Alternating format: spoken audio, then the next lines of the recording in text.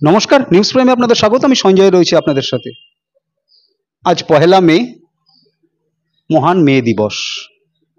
শ্রমিকদের জন্য এক বিশেষ দিন। আগামীকাল আরেকটি বিশেষ দিন। আজকে আমরা যে স্বাধীন ভারতে দাঁড়িয়ে আগামীর দিকে তাকিয়ে বিকশিত ভারতের স্বপ্ন দেখছি, এই স্বপ্ন দেখতে যারা আত্মবলিদান দিয়েছিলেন তেমনি একজন মানুষ, যিনি স্বাধীনতা আন্দোলনের ইতিহাসের সশস্ত্র বিপ্লবের সর্বকনিষ্ঠতম আত্মবলিদানকারী একজন মানুষ, প্রফুল্ল চাকি। তার আত্মবলিদান দিবস 2রা মে 1908 সাল, আজ থেকে 116 বছর আগে। সেই উপলক্ষে আজ এক স্মরণ সভা আয়োজন হয়েছে। শুধু তো সশস্ত্র বিপ্লব নয়, সমাজ পরিবর্তনেরও ডাক একসঙ্গেই দেওয়া হয়েছিল। সেই ডাক যিনি দিয়েছিলেন, তিনি না থাকলে হয়তো আমি এই যে কথা বলছি, হয়তো এত সাবলীলভাবে কথাও বলতে পারতাম না এই ভাষায়, বিশেষ করে বাংলা ভাষায়। তার অবদান চন্দ্র সূর্যের মতো অনস্বীকার্য। তিনি নন আদার দেন ঈশ্বরচন্দ্র বন্দ্যোপাধ্যায় তথা ঈশ্বরচন্দ্র বিদ্যাসাগর। সঙ্গে এমন একজন মানুষ রয়েছেন যিনি সেই ঈশ্বরচন্দ্র বিদ্যাসাগরের আত্মীয়, নিকট আত্মীয়ই বলা যায়। কথা বলে নেব তার সাথে, অমিতাভ বন্দ্যোপাধ্যায়। অমিতাভ বাবু, প্রথমে নিউজ প্রাইমে আপনাকে স্বাগত। নিউজ প্রাইমের তরফ থেকে অক্ষয় তৃতীয়ার শুভেচ্ছা ও শুভকামনা। অসংখ্য ধন্যবাদ। আপনাদের শ্রোতাদের জন্য শুভেচ্ছা। আর আচ্ছা, আজকে তো এখানে মহান বিপ্লবী মহামানব প্রফুল্ল চাকি, তার আত্মবলিদান দিবস হিসাবে তাকে স্মরণ করা হচ্ছে। আগামী কাল 116 বছর পূর্ণ হবে। ওই ধরনের একজন মানুষ, ঈশ্বরচন্দ্র বিদ্যাসাগরের আত্মীয় হিসাবে আজ কেমন লাগছে? না, আমি একটা কথা আপনাদেরকে বলি, সেটা হচ্ছে যে একটা জাতি 800 বছর মোগল সাম্রাজ্যের পরাধীন, তারপর 100 বছর ব্রিটিশ শাসনে, কুসংস্কারে নিমজ্জিত, মহিলাদের তো শিক্ষা দীক্ষা থেকে সবকিছুই বন্ধ। সেরকম একটা জাতি মাথা তুলে তাকাবার মতন ক্ষমতা ছিল না, চোখ তুলে কারোর সঙ্গে কথা বলার ক্ষমতা ছিল না। তখন জন্মগ্রহণ করলেন বীরসিংহ গ্রামে ঈশ্বরচন্দ্র বিদ্যাসাগর। তিনি আমাদের প্রথম শেখালেন একটা জাতিকে যে কি করে মেরুদণ্ড সোজা রেখে একটা স্বাধীনতা আন্দোলন শুরু করা যায়। স্বাধীনতা সংগ্রামীদের চোখে তো স্বাধীনতা আন্দোলনটা তখন দেখবে কে করে? তারা তো আবদ্ধ ব্রিটিশ শাসনে, তারা মানে নাক পাশে আবদ্ধ। কিন্তু উনি বুঝেছিলেন যে শিক্ষা চাই আর নারীদের শিক্ষা চাই। এই দুটো শিক্ষা যদি শিক্ষিত করা যায় তবে কিন্তু দেশপ্রেম জাগবে। তাই আমরা যে চেষ্টাটা করি সব জায়গাতে, বিশেষ করে কলকাতা প্রেস ক্লাবে যখন আমরা বিদ্যাসাগর মহাশয়ের মূর্তি প্রতিষ্ঠিত করলাম 22শে জুলাই, ওই জন্মদিনের দিন, আমরা সমস্ত স্বাধীনতা সংগ্রামী পরিবারদের আমরা ওই মঞ্চে উপস্থিত করে তাদেরকে সম্মান জ্ঞাপন করেছিলাম একটাই কারণে, সেটা হচ্ছে যে এই স্বাধীনতা সংগ্রামের সৈনিকরা যদি সংগ্রামটি না করতেন তাহলে তো আজকে আমরা স্বাধীনভাবে কথাই বলতে পারতাম না। আর সেই বীজটা বপন করেছিলেন কে? না, ওই বেশি কিছু চেহারা নয়, যশোরের কই যেন নরমুণ্ডধারী পণ্ডিত ঈশ্বরচন্দ্র বিদ্যাসাগর। উনি সাহেবদের পড়াতেন এবং ফোর্ট উইলিয়াম কলেজে ওই সাহেবদের দিয়েই উনি 31টা মেয়েদের বিদ্যালয় স্থাপন করালেন। আজকের দিনে আপনাদের মহিলা সাংবাদিকরাও আছেন, তারা তো রাস্তাঘাটে বেরোতেই পারতো না যদি না ঈশ্বরচন্দ্র বিদ্যাসাগর থাকতেন। তো স্বাধীনতা সংগ্রামটা শুরু হয়েছিল সেই সময় 1820 সালের 26শে সেপ্টেম্বর, যেদিন বিদ্যাসাগর জন্মগ্রহণ করেছিলেন বীরসিংহ গ্রামে। তাই আমার এবং এই পরিবারের পক্ষ থেকে সবসময় আমি স্বাধীনতা সংগ্রামী পরিবারের কথা বলি এবং সঙ্গে থাকি। অমিতাভ বাবু, আপনি যেটা বললেন, জাতির মেরুদণ্ড সোজা করার বীজ বুনেছিলেন, অর্থাৎ সমাজ পরিবর্তনের ডাক দিয়েছিলেন, মহিলা আন্দোলনের পুরোধা, সেই সঙ্গে সশস্ত্র বিপ্লব। তাঁরা যে স্বপ্ন নিয়ে এই কাজগুলো করেছিলেন, আজকে কি সঠিক অর্থে তা ব্যপ্ত হচ্ছে? না না, আমরা স্বাধীনতা সংগ্রামীদের যে স্বপ্ন, সেই স্বপ্ন আমরা সফল করতে পারিনি। তারা যে স্বপ্ন দেখেছিলেন সোনার ভারত গড়ার, সে ভারত আমরা গড়তে পারিনি। তার কারণ উন্নয়ন বলুন, আমরা উন্নয়ন কিসের উন্নয়ন? আজকে মা কালীর পুজো করছি, জগদ্ধাত্রীর পুজো করছি, সবকিছু পুজো করছি, কিন্তু রাত্রি 1:30টার সময় কোনো অসহায় মহিলা থাকলে তাকে আমরা মা কালী, মা দুর্গা, মা জগদ্ধাত্রী হিসাবে তো দেখছি না। তাকে আমরা অত্যাচার করছি। তো সেইটা থেকে আমাদের সত্যিকারের উন্নয়ন হয়েছে? উন্নয়ন হবে, সামাজিক উন্নয়ন করতে হবে, চরিত্রের উন্নয়ন করতে হবে। যদি ক্ষুদিরাম বসু, উল্লাসকর দত্ত, প্রফুল্ল চাকি এরা ভাবতেন যে এই আমি আন্দোলনটা করে আমার কি লাভ, তাহলে তো আমরা আজকেও ব্রিটিশ পুলিশের কাছে লাথি খেতাম।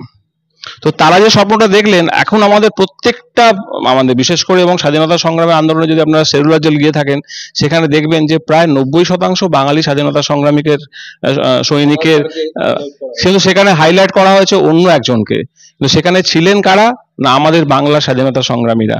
তো আমরা যদি চন্দননগরের লোকেরা যদি ভুলে যাই যে বাড়িন ঘোষ কে, কানাইলাল দত্ত কে, শ্রীরামপুরের লোকেরা যদি ভুলে যায় যে আমাদের ওই শহীদ গোপীনাথ কে ছিলেন, ক্ষুদিরাম কেন বোমা মেরেছিলেন, আর ক্ষুদিরাম যে বোমাগুলো মারতেন, হাইলি এক্সপ্লোসিভ বোমাগুলো তো তৈরি করে দেন উল্লাসকর দত্ত, তো মুরারি পুকুরেও যদি আমরা না যাই, তা আমরা কিসের স্বাধীন?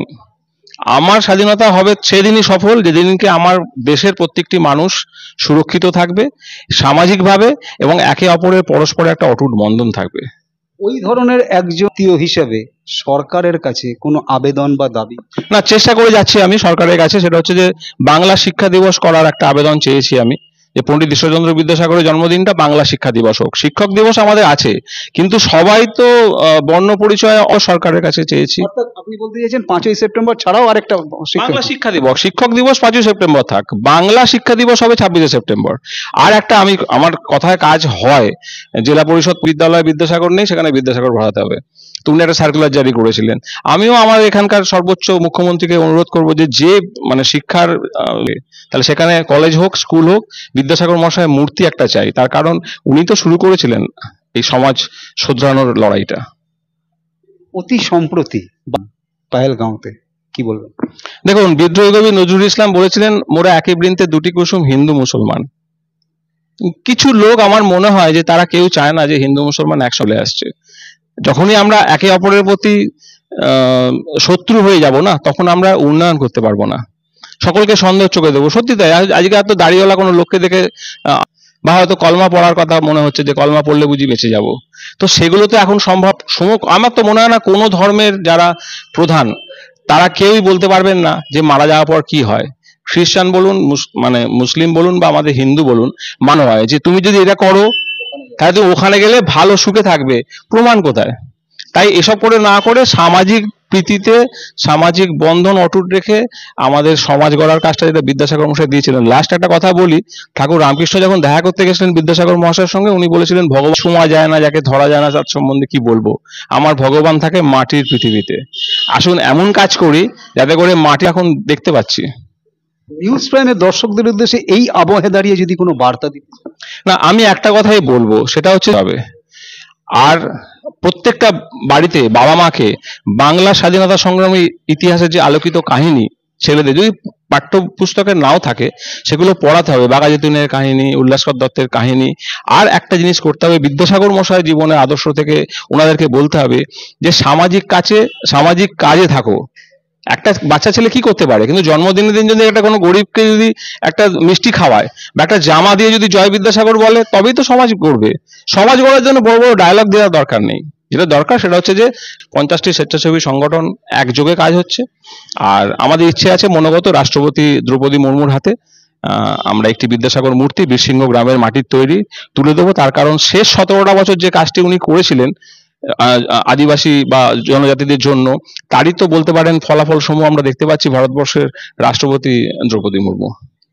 অর্থাৎ যেমনটা অমিতাভ বাবু জানাচ্ছেন যে অতীত জানতে হবে, কারণ অতীতকে যদি না জানতে পারি, অর্থাৎ অজানা অতীত নিয়ে ভবিষ্যতে সঠিক বিবর্তনের পথে আমরা এগোতে পারবো। বাহ্যিক স্বাধীনতা নয়, স্বাধীনতা হওয়া উচিত চারিত্রিক এবং মানসিক। যদি তা না হয় তাহলে সেই স্বাধীনতা সঠিক ইমপ্লিমেন্টেশন হয় না।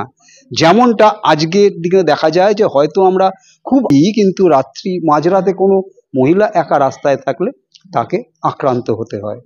অর্থাৎ যেটা উনি জানাচ্ছেন, সামাজিক সুরক্ষা যে কাজটা শুরু করেছিলেন বিদ্যাসাগর, এবং সঙ্গে এটাও জানাচ্ছেন যে বীরসিংহ গ্রামের তরফ থেকে একটি স্মারক তুলে দিতে চান দ্রৌপদী মুর্মুর হাতে। কারণ যে জনজাতি উন্নতিতে সামিল আজ হয়ে রাষ্ট্রপতি হয়েছেন, সেই জনজাতির উন্নয়ন কল্পের বিদ্যাসাগর। তারই ফলশ্রুতি হয়তো আজকে ওই জাতি একজন আমাদের মাননীয় অনুযায়ী বিবর্তন তখনই সম্পূর্ণ হবে যদি আমরা অতীত জেনে ভবিষ্যতের দিকে সঠিকভাবে এগোতে পারি এবং সেই সঙ্গে স্বাধীনতা দরকার।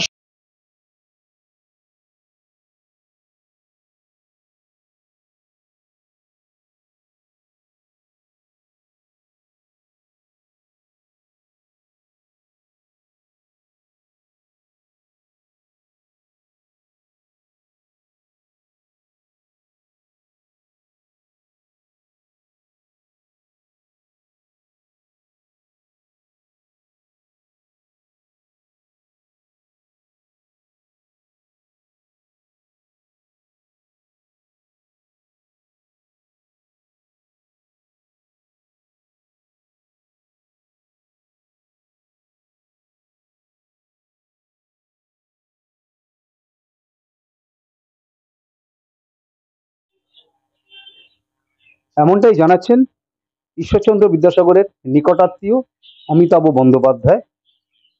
ভিডিও জার্নালিস্ট নিরঞ্জনার সাথে নিউজ ম্যামের জন্য সঞ্জয় সাহা, কলকাতা।